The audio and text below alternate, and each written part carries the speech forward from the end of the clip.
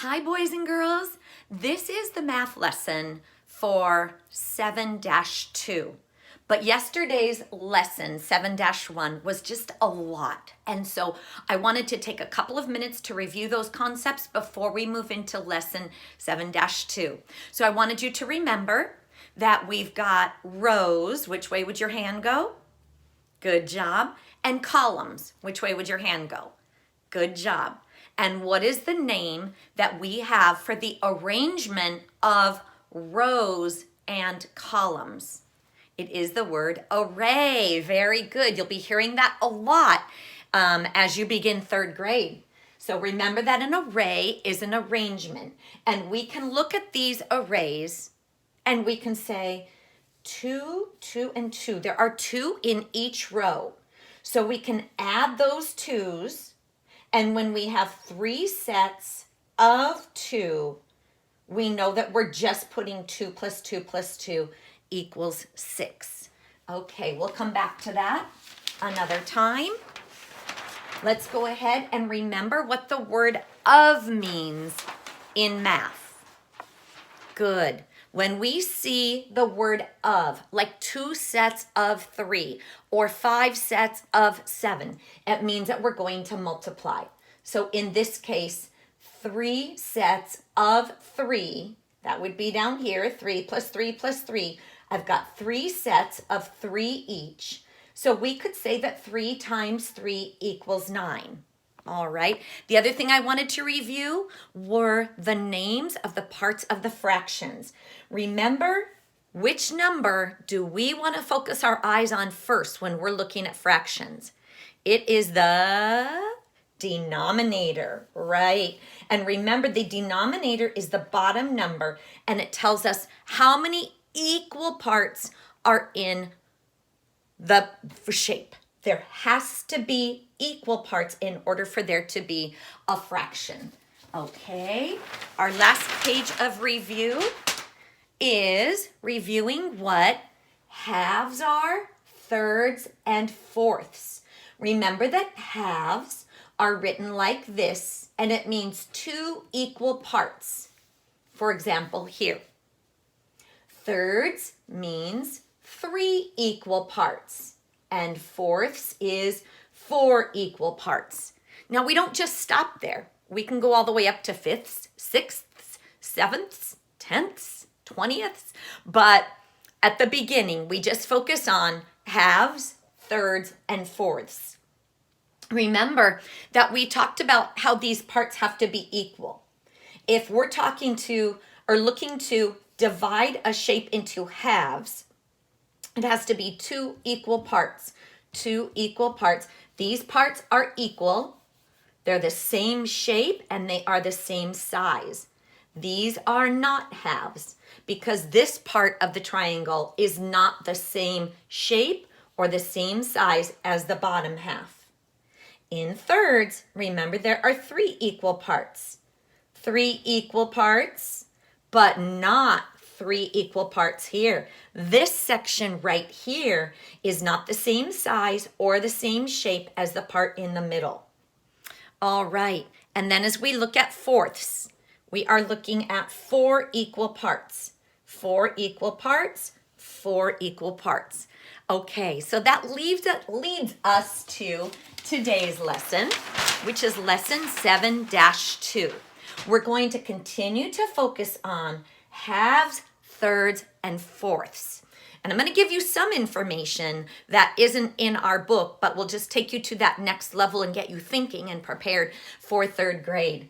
Okay, as we look at these circles, if I would like to show halves, I can draw a line down the middle. These are 2 equal parts. If I want to show thirds with this circle, to the best of my ability, I could draw 3 equal parts. Let's count them. 1, 2, 3. And then in the circle, if I want to show fourths, I can show 4 equal parts like this.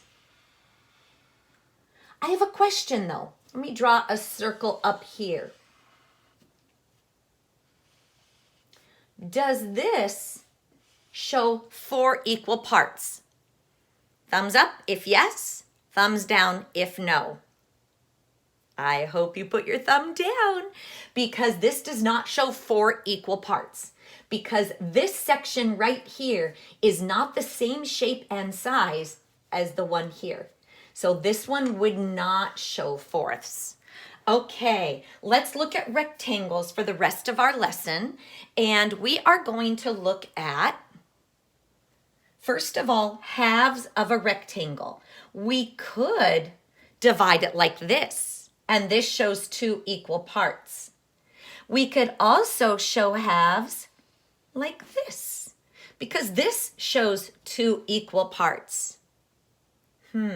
I could also show halves like this, because this shows 2 equal parts. So this lesson is all about getting creative to look at a shape and figure out how you could divide it into equal parts. Okay, let's look at the rectangle with thirds. 3 equal parts. Let's see. 1 and 2 gives me 1, 2, 3 equal parts. Very good.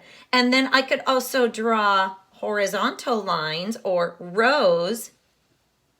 And I see here that I've got 3 equal parts. 1, 2, 3.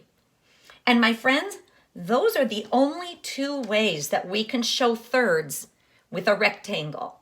If you happen to think of another one, let me know. Okay, there are many ways that we can show 4 equal parts.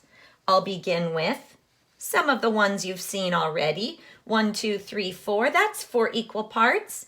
And how about this way? 1, 2, 3, 4, that's 4 equal parts. Let me adjust my thing here. There we go. All right, let's look at 4 equal parts here.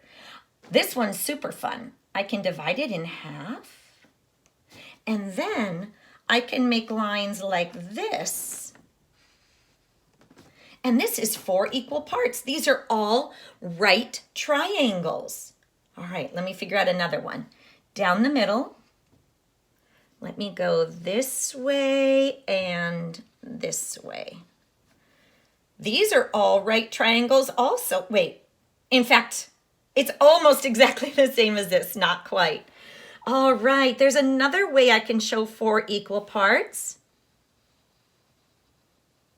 First a horizontal line, and then turning these into very long triangles. My lines aren't exactly straight, please forgive me. And here's another way. 2 equal parts, and now a long triangle and another long triangle. And if I look at each of these shapes, these are all the same size and all the same shape. They're all right triangles. Maybe you can come up with some more ways to show fourths with different objects. The last thing I wanted to cover is I wanted to look at some fractions. Okay, I'm going to fill in the denominator here. This shows 4 equal parts. If I put a 1 above it, they're going to ask me to shade in 1 of the 4 equal parts. Now we can say that I shaded in 1/4. All right, let's look at another one. This shape above here is 4 equal parts. But the numerator is not always a 1. Let me put a 2. I'm going to shade in 2 of my 4 equal parts. There's 1. I can pick any. I think I'll do this one. 2. Okay, I have just shaded in 2/4 of my rectangle. Let's look at another fraction. 4 equal parts, and my numerator is going to be a 3. So I'm going to shade in 3 equal parts.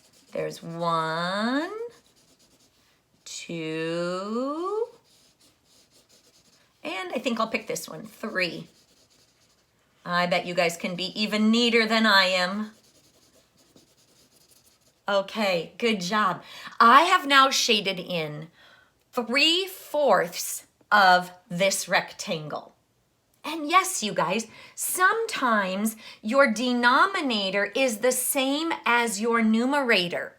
And I'm going to tell you something that you're going to learn about next year. I'm going to shade in 4 of my 4 equal parts. There's 1, 2, sorry, it's kind of messy, 3, 4. You know what? I have shaded in the whole thing. Yes, that's right, friends. Whenever you have a fraction where the numerator is the same as the denominator, it equals one whole. It's not a part anymore, it's a whole. Let me say that one more time. Whenever your numerator is the same number as your denominator, like this one is 4/4, and I've shaded all of that in, I have shaded in the whole shape. So we say that 4/4 equals one whole. All right, boys and girls, like I said, that's extra information, but I could go on and on about fractions, but we're just about out of time. So I would like you to head on over to Think Central, lesson 7-2, and I'd like you to complete that as best as you can. I hope you love fractions as much as I do. Okay, friends, have a great rest of the day. Bye.